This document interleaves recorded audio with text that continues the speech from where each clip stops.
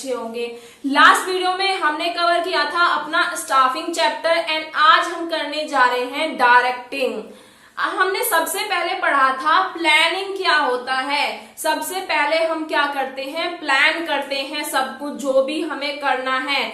जब हमारी planning complete हो जाती है तो हम क्या करते हैं, अपने प्लान के बिहाफ पे ऑर्गेनाइजिंग करते हैं। उस काम को किसको कैसे करना है, कौन किसके अंडर वर्क करेगा, वो सब हमारा आता है ऑर्गेनाइजिंग में। नेक्स्ट, ऑर्गेनाइजिंग कंप्लीट होने के बाद जब हमें पता चल जाता है कि हाँ ये मैनेजर का काम ये होगा एंड एम्प्लॉयज का काम ये होगा, फिर हमें बंदे चाहिए अपनी कंपनी के लिए। अब हमारे पास मैनेजर नहीं है, एम्प्लॉयज नहीं है, तो हम क्या करेंगे, स्टाफिंग करेंगे। स्टाफिंग में हम क्या करते हैं, सिलेक्शन करते हैं बंदों का। अब हमारी स्टाफिंग कंप्लीट हो जाती है, देन आता है हमारा डायरेक्टिंग। सो आज वो ही हम पढ़ने जा रहे हैं, डायरेक्टिंग होता क्या है। सो आप देख सकते हैं डायरेक्टिंग की definition. Directing function of management is concerned with instructing, guiding, inspiring and motivating the employee in the organization so that their efforts result in achievement of organizational goal. So आप जानते हैं सबसे पहले आपने क्या करी थी, प्लानिंग करी थी। नेक्स्ट आपने क्या करा, ऑर्गेनाइजिंग करी, जो वर्क था उसको ऑर्गेनाइज करा। ऑर्गेनाइजिंग के बाद हमने करी थी स्टाफिंग एंड देन हमारा आ जाता है अब डायरेक्टिंग। अब हम डायरेक्टिंग में क्या देखते हैं, डायरेक्टिंग में हम देखते हैं कि हम क्या करेंगे, अपने वर्कर को, जो भी हमारे पास काम करने वाले बंदे हमने सिलेक्ट करे हैं स्टाफिंग के अंदर, उनको हम गाइड करेंगे, उनको हम मोटिवेट करेंगे, उनको हम इंस्पायर करेंगे, जिससे वो अपने काम को बेस्ट तरीके से कर सकें और जो ऑर्गेनाइजेशन का गोल है, जो हमारी पूरी ऑर्गेनाइजेशन का गोल है, उसको वो अचीव कर सकें। आप डेफिनेशन में भी देख सकते हैं, वो ही आपको बोला हुआ है, ये लिखा है यहाँ पे, instructing, guiding, inspiring and motivating. Inspire करना, गाइड करना, मोटिवेट करना अपने एम्प्लॉयज को, जिससे कि वो अचीव कर सकें ऑर्गेनाइजेशन के गोल को। Achievement of organisational goal. So I think आपको ऑर्गेनाइजेशन गोल क्या होता है पता होगा। ऑर्गेनाइजेशनल गोल होता है जो हमारी ऑर्गेनाइजेशन का गोल होता है, हमारा टारगेट होता है, पहले से ही डिसाइड करके रखते हैं हम, वो ही होता है हमारा organisational goal. So I think आपको डायरेक्टिंग क्लियर हुआ होगा। डायरेक्टिंग में कुछ नहीं है, सिर्फ हमारा काम होता है अपने एम्प्लॉय को गाइड करना, मोटिवेट करना। सो पढ़ते हैं अपने फीचर्स। डायरेक्टिंग के फीचर्स क्या हैं, देखते हैं वन बाय वन और समझते हैं।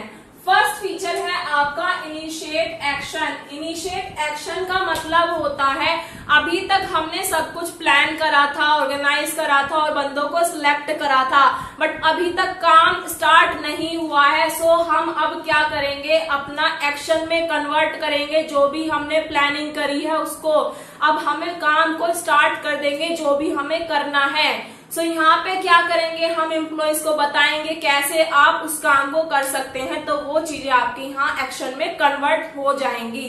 सो नेक्स्ट देखते हैं कंटिन्यूइंग फंक्शन। जो हमारा डायरेक्टिंग होता है ये भी हमारा कंटिन्यूअसली चलता रहता है। ऐसा नहीं है कि काम स्टार्ट होते वक्त आपने जो है अपने एम्प्लॉयज को गाइड करा, मोटिवेट करा और इंस्ट्रक्ट करा और बाद में आप फ्री होके घूम रहे हैं। नहीं, अगर आप सुपरवाइज कर रहे हैं किसी को तो आप कंटिन्यूअसली उनको देखते रहेंगे कि वो अपना काम कैसे कर रहे हैं। अगर आपने काम बता दिया देन एम्प्लॉयज काम को कर रहे हैं तो आप उनको सुपरवाइज करेंगे कि कहीं एम्प्लॉयज कुछ गलती तो नहीं कर रहे हैं काम करने में। अगर कुछ भी गलती करते हैं तो आप उस टाइम पे उन्हें फिर से गाइड करेंगे।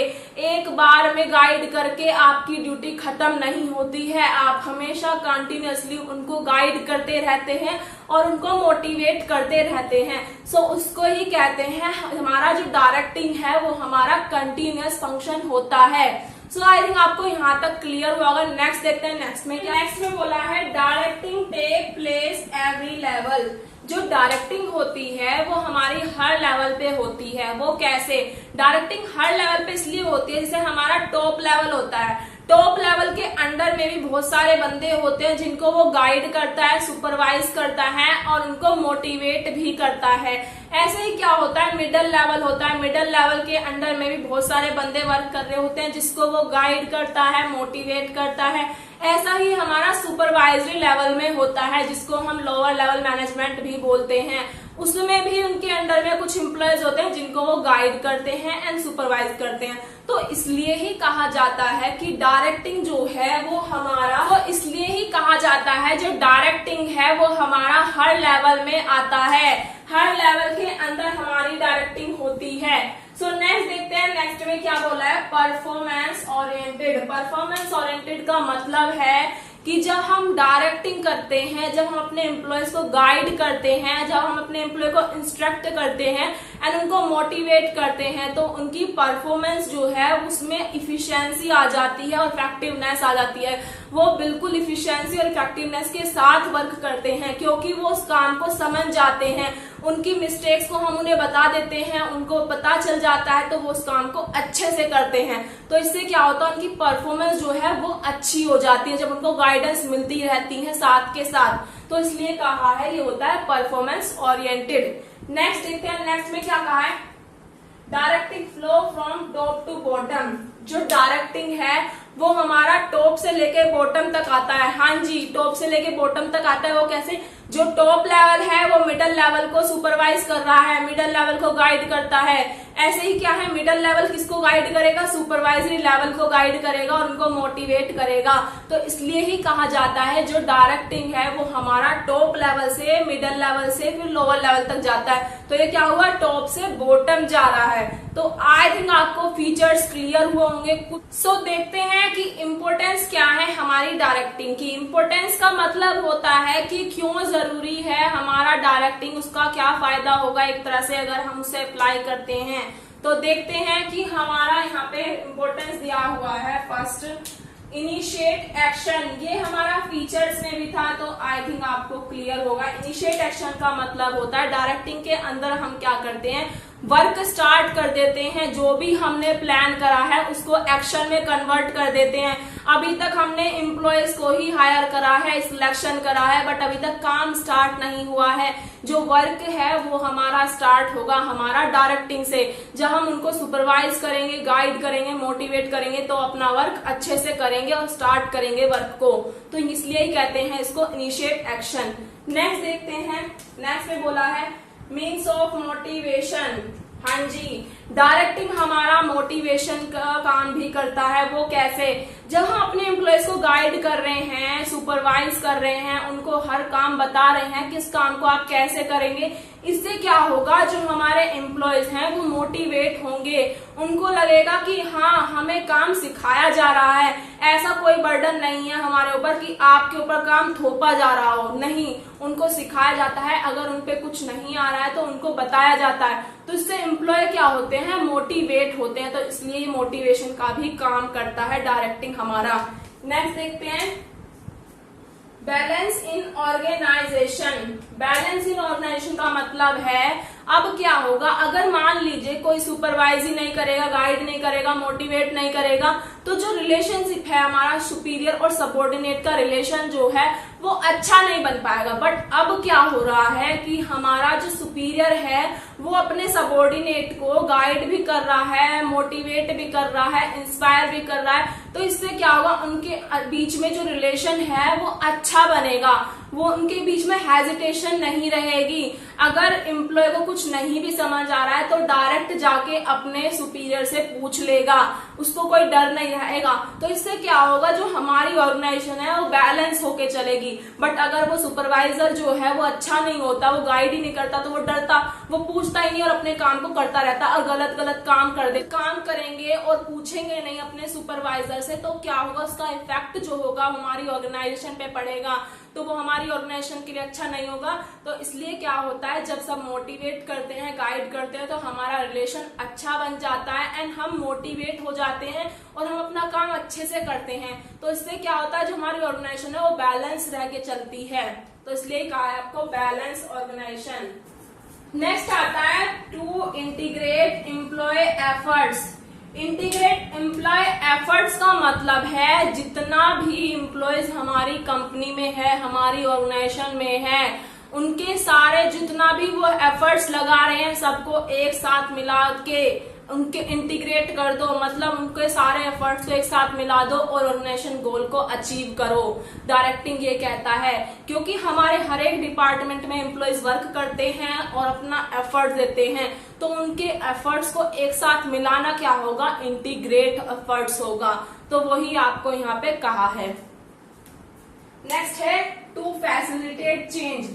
फैसिलिटेट चेंज का मतलब है जो हमारे एम्प्लॉयज हैं वो काम करते रहते हैं, वो हेजिटेशन जो होती है उनके अंदर वो नहीं रहती है, क्योंकि जब हमारी कंपनी में कुछ भी चेंज आता है, कुछ भी नई टेक्नोलॉजी आती है, तो उससे क्या होता है, हम अपने एम्प्लॉयज को सिखाते हैं कि आपको वर्क कैसे करना है, वो उसे एक्सेप्ट कर लेते हैं क्योंकि उन्हें सिखाया जाता है कि वो काम कैसे करेंगे। ऐसा नहीं है कि वो चेंजेस को एक्सेप्ट नहीं। चेंज भी क्लियर हुआ, कुछ नहीं है इसमें, सिर्फ इतना है कि हमारे जो एम्प्लॉयज हैं वो उन्हीं चेंजेस को एक्सेप्ट कर लेते हैं, क्योंकि उनको पता है, उनको गाइडेंस मिलेगी अपने सुपरवाइजर की और उनको मोटिवेशन भी मिलता ही रहेगा, वो काम को सीख जाएंगे, तो वो सारे चेंजेस को एक्सेप्ट कर लेते हैं। सो पढ़ते हैं एलिमेंट्स ऑफ डायरेक्टिंग। एलिमेंट्स क्या होते हैं डायरेक्टिंग के, तो हमारे कुछ 4 एलिमेंट्स होते हैं डायरेक्टिंग के। फर्स्ट होता है सुपरविजन, सेकंड हमारा है motivation, leadership and communication.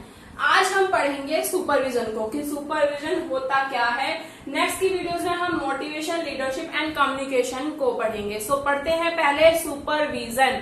Supervision का मतलब होता है, supervision means instructing, guiding and monitoring and observing the employees while they are performing job in the organization। तो मतलब क्या होता है, सुपरविजन का मतलब होता है इंस्ट्रक्ट करना, गाइड करना, मॉनिटर करना एंड ऑब्जर्व करना अपने एम्प्लॉयज को, जो भी हमारा ऑर्गेनाइजेशन में परफॉर्म कर रहे हैं अपनी जॉब को। मतलब कि मैं हेड हूं अपने डिपार्टमेंट की, एंड मैं क्या करूंगी, जितने भी वर्कर मेरे अंडर में काम करते हैं मैं उनको गाइड करूंगी कैसे आपको काम करना है, मैं उनको इंस्ट्रक्शन दूंगी एंड मैं उनको मोटिवेट करूंगी जिससे वो काम अच्छे से कर सकें। एंड ये सब करने के बाद भी मैं उनके काम को ऑब्जर्व करती रहूंगी कि वो कुछ मिस्टेक तो नहीं कर रहे हैं। तो मैं क्या कर रही हूँ, सुपरवाइज कर रही हूँ अपने एम्प्लॉयज को। एंड मेरा काम क्या होगा, उनके वर्क को सुपरवाइज करके वो डाटा अपने से बड़े, मतलब जो मेरे ऊपर बैठा है, जो मुझको सुपरवाइज कर रहा है, उसको देना। तो सुपरविजन का एक मीडिएटर का रोल भी होता है। तो सुपरविजन का मतलब होता है कि गाइड करना, इंस्ट्रक्ट करना, मोटिवेट करना अपने एम्प्लॉयज को, जो भी आपके नीचे काम करते हैं। तो मैं क्या हो गई, ऊपर वाले, एंड जो मेरे काम कर रहे हैं वो क्या हो गए, नीचे वाले। सो इससे आप समझ सकते हैं। तो सुपरविजन का मतलब आपको समझ में आया होगा क्या होता है। पढ़ते हैं सुपरविजन की इम्पोर्टेंस क्या होती है। पढ़ते हैं सुपरविजन की इम्पोर्टेंस क्या है। फर्स्ट है हमारा इशूइंग इंस्ट्रक्शन। मतलब क्या है, जो सुपरविजन में क्या होता है, इंस्ट्रक्शन देना। जो भी वर्कर हमारे अंडर में काम कर रहे हैं उनको इंस्ट्रक्शन देना, कैसे कैसे आप काम को करेंगे स्टेप बाय स्टेप। तो वही काम होता है सुपरवाइजर का, तो इसमें इंस्ट्रक्शन देना होगा। नेक्स्ट है हमारा optimum utilization of resources. Normally आप बताइए ऑप्टिमम यूटिलाइजेशन ऑफ रिसोर्सेज का मतलब क्या होता है। नॉर्मली होता है रिसोर्सेज का अच्छे से यूज करना।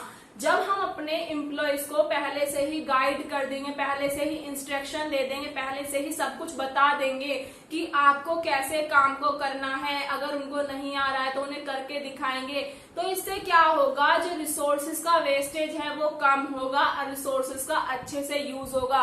अगर हम उन्हें नहीं बताएंगे तो वो रिसोर्सेज को वेस्ट करते रहेंगे। तो हमारा काम है सुपरवाइज करना और उनको इंस्ट्रक्ट करना, उनको समझाना सब कुछ। तो इससे क्या होगा, रिसोर्सेज का अच्छे से यूज होगा, ऑप्टिमम यूटिलाइजेशन ऑफ रिसोर्सेज होगा। सो नेक्स्ट देखते हैं डिसिप्लिन। डिसिप्लिन का मतलब है जब हम अपने एम्प्लॉयज को गाइड करते हैं, सुपरवाइज करते हैं, उनको मोटिवेट करते हैं, तो क्या होता है वो एक डिसिप्लिन में रह के वर्क करते हैं। बट जब हम उन्हें कुछ भी नहीं बताएंगे तो क्या होगा, वे खुद पागल हो जाएंगे, वो सोचेंगे कैसे इस काम को करें, तो वो डिसिप्लिन में ही नहीं रहेंगे। तो जब हम उनको सब कुछ बता देंगे, सब कुछ समझा देंगे, सब कुछ पता रहेगा उन्हें, तो वो एक डिसिप्लिन में रह के अपने वर्क को करते रहेंगे। तो वही कहता है डिसिप्लिन होता है यहाँ पे। नेक्स्ट आता है इम्प्रूव कम्युनिकेशन।